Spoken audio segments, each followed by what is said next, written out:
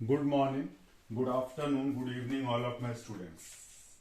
In this video, we will try to discuss the very important topic of the BSc third year, which is named as the curvature tensor and Ricci tensor. इस video में हम लोग जो है BSc third year के regarding एक बड़े ही महत्वपूर्ण कॉन्सेप्ट्स के बारे में चर्चा करने जा रहे हैं, जिसको हम लोग कर्वेचर टेंसर और रिकी टेंसर कहते हैं। ठीक है, जिसका अगर आप आगे बढ़ते हैं तो इसका रिसर्च फील्ड में बहुत योगदान है। जैसे कि अगर आप डिफरेंशियल ज्योमेट्री में काम करते हैं, रिलेटिविटी थ्योरी में काम करते हैं, तो उस कंडीशन में कॉस्मोलॉजी में काम करते हैं, तो उस कंडीशन में कर्वेचर टेंसर का अपना एक बहुत महत्वपूर्ण उपयोगिता है, जिसके बारे में अगर आप आगे हायर स्टडीज में अपने स्टडीज को कंटिन्यू करते हैं तो आप इसको फील कर पाएंगे। ठीक है, बहरहाल इसके सिवा भी बहुत सारे चीजों के बारे में, जैसे स्पेस के फ्लैटनेस के बारे में कर्वेचर टेंसर का यूज किया जाता है। स्पेस फ्लैट है कि नहीं है वो कर्वेचर टेंसर बता सकता है, जिसके बारे में मैं इस सीरीज में भी बात करूंगा। आगे के लेक्चरों में भी फ्लैट स्पेस के बारे में मैं चर्चा करूंगा, लेकिन अभी हमारा एजेंडा सिर्फ ये है कि कैसे हम लोग कर्वेचर टेंसर को डेवलप कर रहे हैं। ठीक है, दूसरी बात कि कर्वेचर टेंसर को डेवलप करने के लिए हम लोग बीएससी के ही कोवेरिएंट डिफरेंशिएशन के कॉन्सेप्ट का इस्तेमाल करेंगे। ठीक है, उसके लिए हम लोग कोवेरिएंट डेरिवेटिव वाले कॉन्सेप्ट का यूज करेंगे और उसका यूज करते हुए हम लोग इसको डेवलप करने का प्रयास करेंगे। ठीक है, तो आप बहुत ध्यान से देखिएगा ताकि आप चीजों को ऑब्जर्व कर पाए।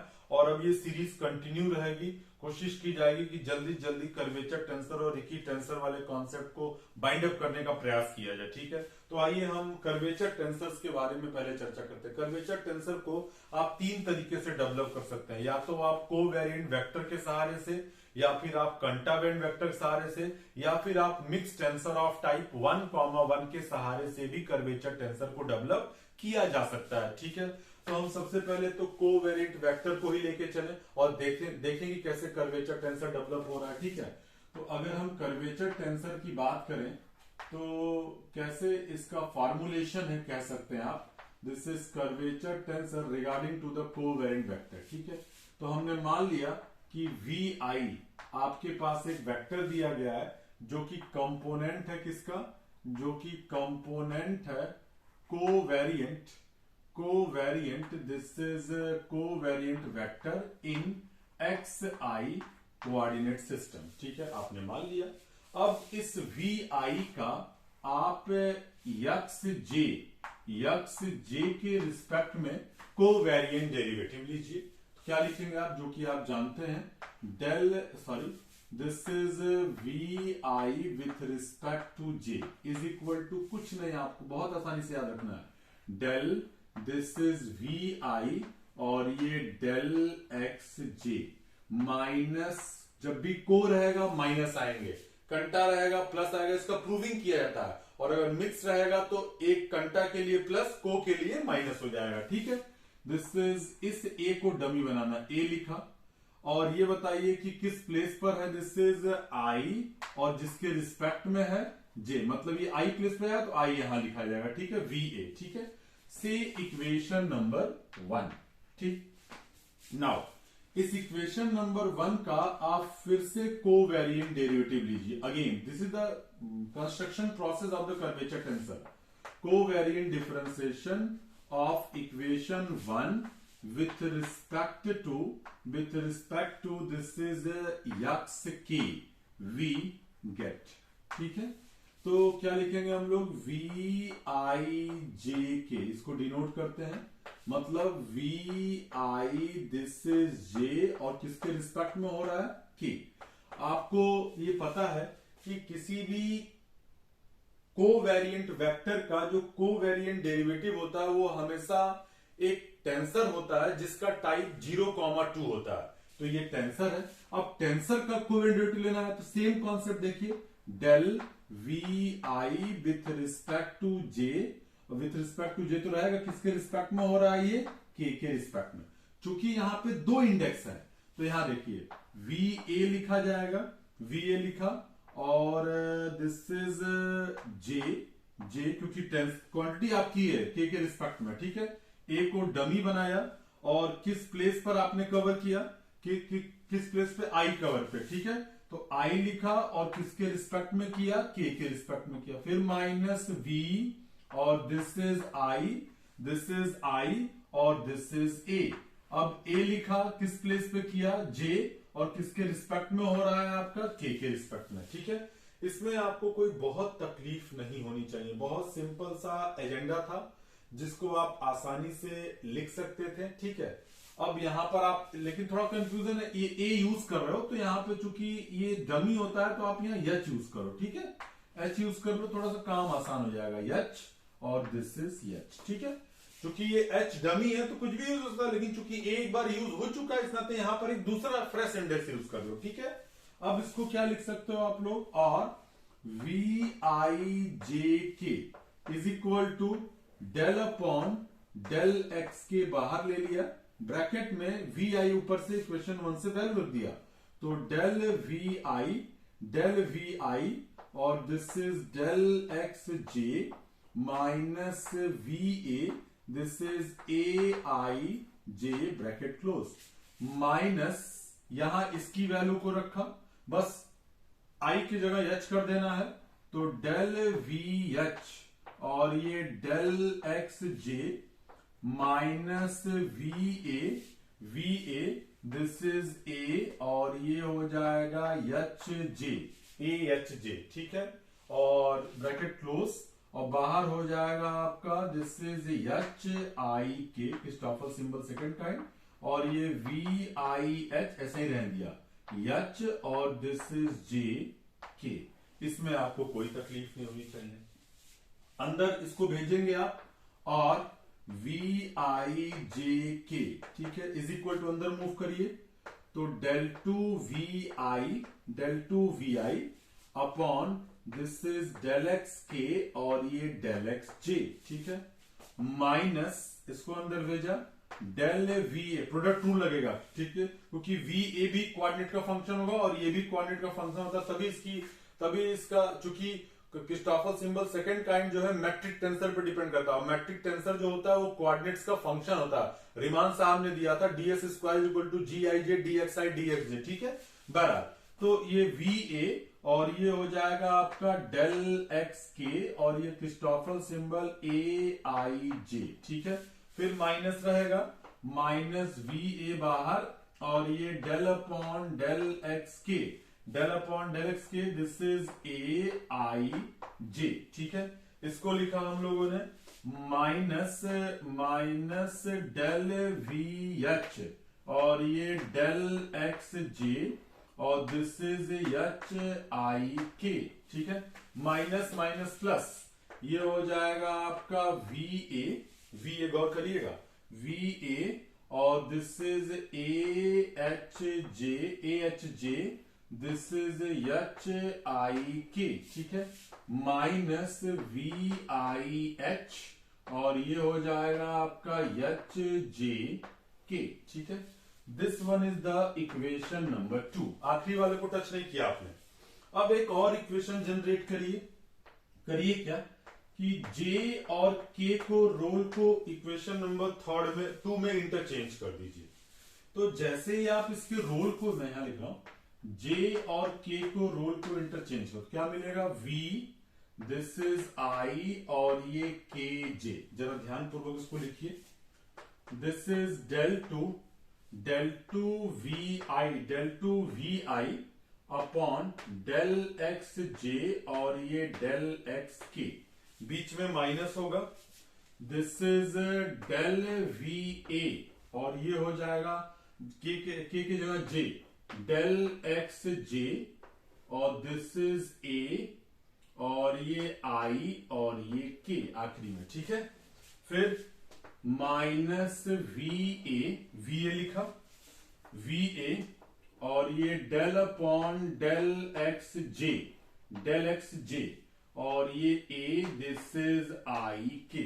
ठीक है, फिर आगे बढ़ा, this is minus del upon del V H और ये डेल एक्स के। ठीक है, और ये हो जाएगा आपका H, this is I J.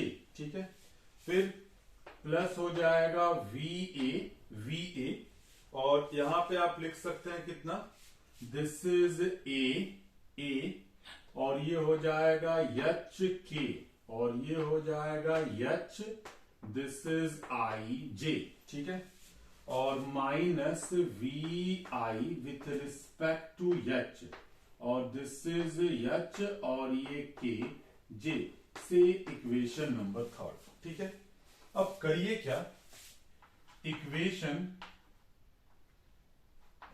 Second में से थर्ड को सब्ट्रैक्ट करिए, ठीक है। जरा ध्यान से, V I this is J K minus V I this is K J is equal to, पहली बात तो आपको पता है कि del two F upon del X del Y is equal to del two F upon this is del Y del X होता है। तो जब इसमें से इसको घटाओगे तो ये टर्म और ये टर्म आपस में कैंसिल, बस ऑर्डर बदला हुआ है, यहां जे है यहां के है, यहां के है जे है, कैंसिल, ठीक। अब जरा देखो, ये V A del V A upon del X K A I J K, ठीक है। यहां देखिए इस वाले में माइनस माइनस प्लस होगा, एच डमी है, इस एच को आप लोग ए से रिप्लेस कर सकते हैं, या यहां बोल दीजिए कि ये जो आपका ए है this A is this is dummy index, तो इसको एच से बदल दो तो ये टर्म जो है निश्चित तौर पर इस टर्म से क्या हो जाएगा, कैंसिल, ठीक है। फिर आगे बढ़िए, वी एच ये भी ए हो सकता है क्योंकि एच डमी है। यू नो दैट कि डमी इंडेक्स को आप लोग दो डमी इंडेक्स को म्यूचुअली चेंज कर सकते हैं, और कहीं एक डमी इंडेक्स है तो किसी दूसरे इंडेक्स से भी क्या कर सकते हो, उसे बदल सकते हो। तो ये ए हो जाएगा और यहां ए है, तो ये टर्म और ये टर्म भी आपस में कैंसिल हो जाएंगे, ठीक है। अब जरा यहां देखो, आपको पता है कि क्रिस्टोफर सिंबल ऑफ ये आपका जो है सेकंड काइंड है, सेकंड काइंड अपने जे और के में सिमेट्रिक होता है, तो के और जे लिख सकते हो, माइनस है प्लस है, तो निश्चित तौर पर ये टर्म भी इस टर्म से क्या हो जाएगा, कैंसिल हो जाएगा। अब आपके पास बचा क्या, सब में देखो पहली बात तो वी ए आपको कॉमन होता हुआ नजर आएगा, ठीक है। और यहां देखो ये इसको माइनस माइनस ये प्लस हो चुका होगा, ठीक है। तो जे वाला डेरिवेटिव पहले, तो del upon del X J, ठीक है, ब्रैकेट लगाया, this is A I K minus del upon del X K, del X K, यहां देखिए इसको पहले लिख रहा है, डेल एक्स के वाला कहां गया, ये, ठीक है।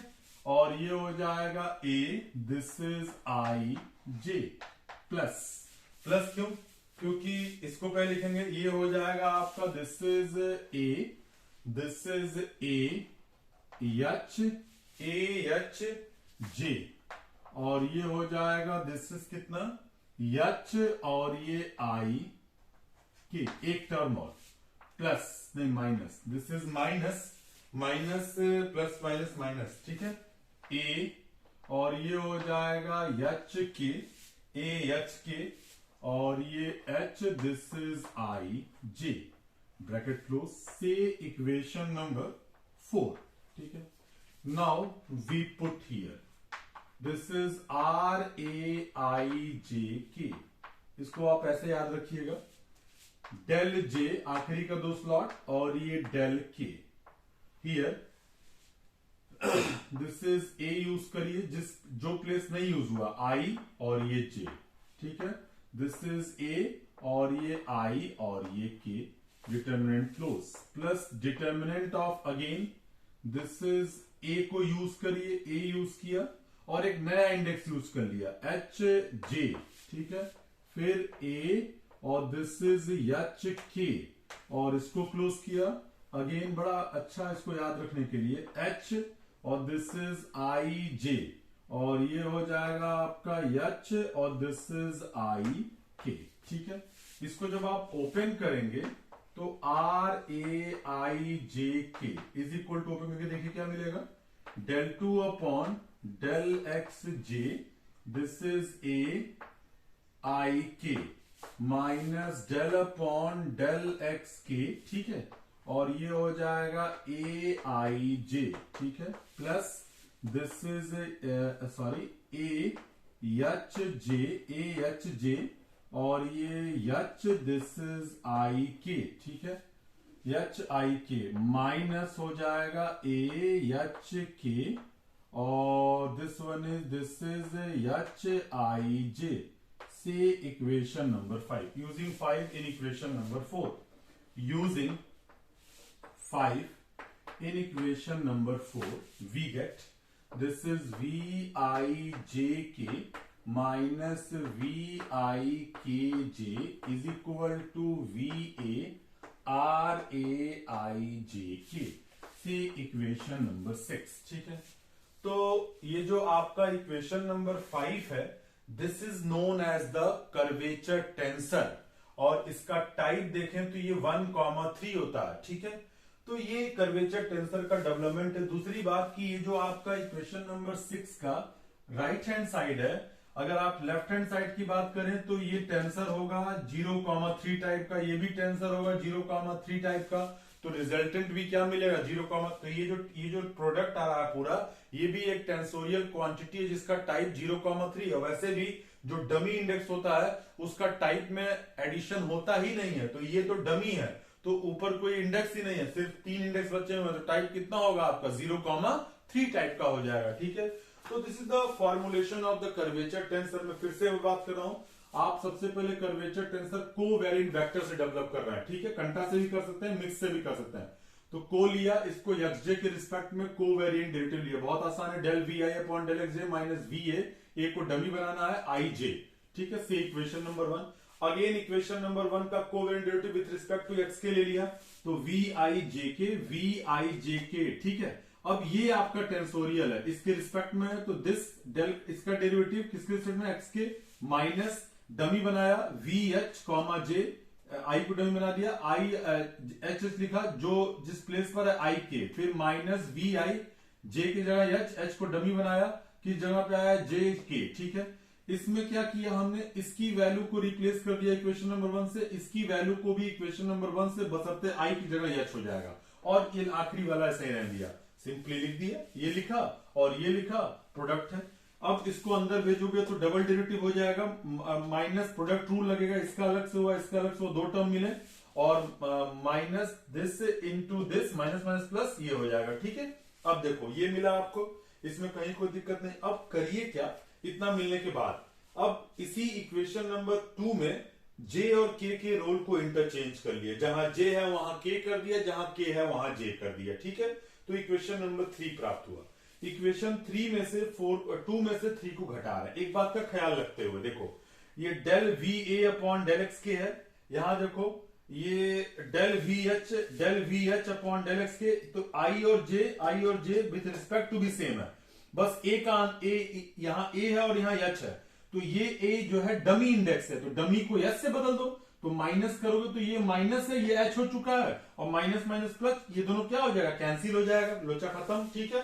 फिर यहां देखो वी एच है, ये भी डमी हो जाएगा विथ रिस्पेक्ट टू आई के, तो यहां पर भी आई के है, ए कर दो तो ये दोनों भी कैंसिल। यहां देखो वी आई एच और ये जे के है, तो जे के को केजे भी लिख, तो सिमेट्रिक होता है, तो ये टर्म इससे कैंसिल, तो जो बचा वो वी ए सब में कॉमन है, अंदर बच गया। इसी राइट हैंड ब्रैकेटिंग टर्म को हम लोग इस क्वांटिटी से रिप्लेस कर सकते हैं, और इसी क्वांटिटी को हम लोग कर्वेचर टेंसर कहते हैं। और इसको याद रखना आसान है, देखो आर ए आई जे के कैसे बैठा रहे हैं, जे लिखा, आखिरी का 2 इंडेक्स लिया है, जे लिखा, के लिखा, कोई बात नहीं, ए लिखा, और जो प्लेस बच गया आई जे और आई और के, ठीक है, प्लस लिखा, इंडेक्स लगाया, ए लिखा, एक नया इंडेक्स यूज किया और जे लिखा, ए लिखा, एक नया इंडेक्स यूज किया एच और के लिखा, फिर एच को यहां इंट्रोड्यूस किया, आई जे ऐसा ही बना रहा, एच यूज किया, आई के, इसको ओपन कर दिया तो वही क्वांटिटी प्राप्त होगी, ठीक है। और इसको जब रिप्लेस करोगे तो ये मिलेगा। तो यहां पर जो इसका राइट हैंड साइड है, ये आपका एक टेंसोरियल क्वांटिटी है जिसका टाइप जो है 0,3 है, लेकिन अगर आप इस पर विचार करें तो V A into are A I J के, तो ये टेंसर ऑफ टाइप 0,3 है, तो ये प्रोडक्ट क्या मिल रहा है, इसका टेंसर मिल रहा है। अगर ये आर्बिटरली कोवेरिएंट वेक्टर था, ये कोई क्वांटिटी है, arbitrarily covariant vector into arbitrarily quantity is equal to tensor, तो निश्चित तौर पर ये जो आपका आर्बिटरली क्वांटिटी या क्वांटिटी है वो कैसा हो जाएगा, कोसेंट लॉ से, टेंसर का, यानी कि RAIJK it is also tensorial quantity of type कितना हो जाएगा, दिस इज 1,3। तो जो कर्वेचर टेंसर का ऑर्डर होता है उसका टाइप कितना होता है, 1,3। यहां कोसेंट लॉ लग रहा है, ये भी टेंसोरियल था या वेक्टर था, तो वेक्टर था और ये क्वांटिटी था, करने पर रिजल्टेंट भी टेंसर प्राप्त हो रहा है। तो जो आपका क्वांटिटी है वो कोसेंट लॉ से कैसा हो जाता है, टेंसोरियल क्वांटिटी। यही बताया गया था, ठीक है, कि अगर कोई टेंसर ले लिया जाए, आर्बिटरली क्वांटिटी इनटू टेंसर मिल जाए, तो जो क्वांटिटी होता है वो भी आपका टेंसर हो जाता है, ठीक है।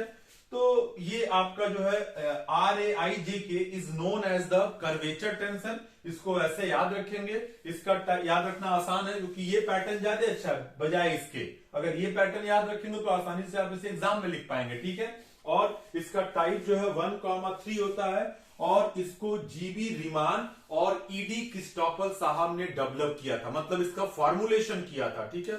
तो ये इस तरीके से आप इसे याद रखेंगे, इस तरह से इसका डेवलपमेंट है, ठीक है। अब जरा सा हम कुछ और चीजों को जरा सा माइन्यूटली ऑब्जर्व करें। अगर मान लीजिए आपके पास आ जाए L, दिस इज LIKJ, या ऐसे आ जाए K, दिस इज IJ, तो आप कैसे लिखेंगे, कुछ नहीं, डेल I लिखा, डेल J लिखा, ठीक है। ये L लिखा, किस प्लेस पर आपने छोड़ रखा है, KI लिखा, और ये लिखा L, दिस इज KJ लिखा, कोई दिक्कत नहीं, डिटरमिनेंट क्लोज।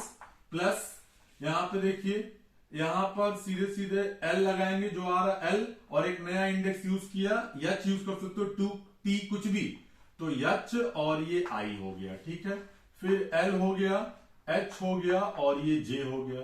यहां देखिए H हो गया, K हो गया, I हो गया, H हो गया, और ये K इंटू J हो गया। डिटरमिनेंट ओपन कर दीजिए, आपको ये कर्वेचर टेंसर मिल जाएगा। इसी प्रकार कुछ भी R लिखा हो, L लिखा हो, दिस इज ABC, तो आप इसके अकॉर्डिंग लिख लीजिए, कुछ नहीं दिक्कत है। दिस इज डेल B और ये डेल C, ठीक है। ये हो जाएगा L, दिस इज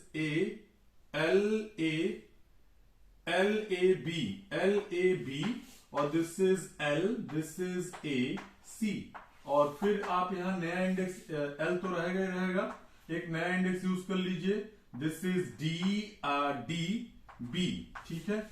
और ये हो जाएगा L, this is D, this is DC, और ये हो जाएगा D यूज करो, D, दिस इज AB, और ये हो जाएगा D, दिस इज AC।